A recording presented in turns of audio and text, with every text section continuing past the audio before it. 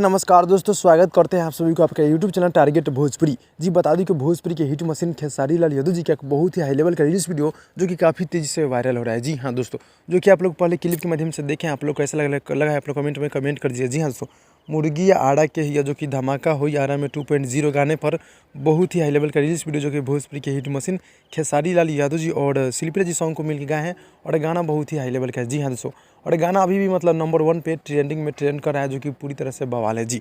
जो कि गीत को लिखे कृष्णा बेदर्दी जी और म्यूजिक है कृष्णा बेदर्दी जी का है। जी हाँ दोस्तों, और गाना बहुत ही हाई लेवल का जी खेसारी लाल यादव जी का है, जो कि धमाका हुई आरा में 2.0 गाना है, जो कि गाना भी नंबर 1 पे ट्रेंड कर रहा है। जी हाँ दोस्तों, आप लोग इतना सपोर्ट और इतना प्यार करने के लिए दिल से शुक्रिया, धन्यवाद। सारेगामा भोजपुरी से गाना छूटा है, जो कि बहुत ही हाई लेवल, बहुत ही बड़ा लेवल का गाना है। जी हाँ दोस्तों, जो कि आप सबको बता दूं कि पूनम दुबे जी मतलब फिट यानी कि वीडियो फिट में है और एक नया साल का पहला गाना आते ही मतलब नंबर 1 ट्रेंडिंग में गया है, तो बहुत ही खुशी की बात है।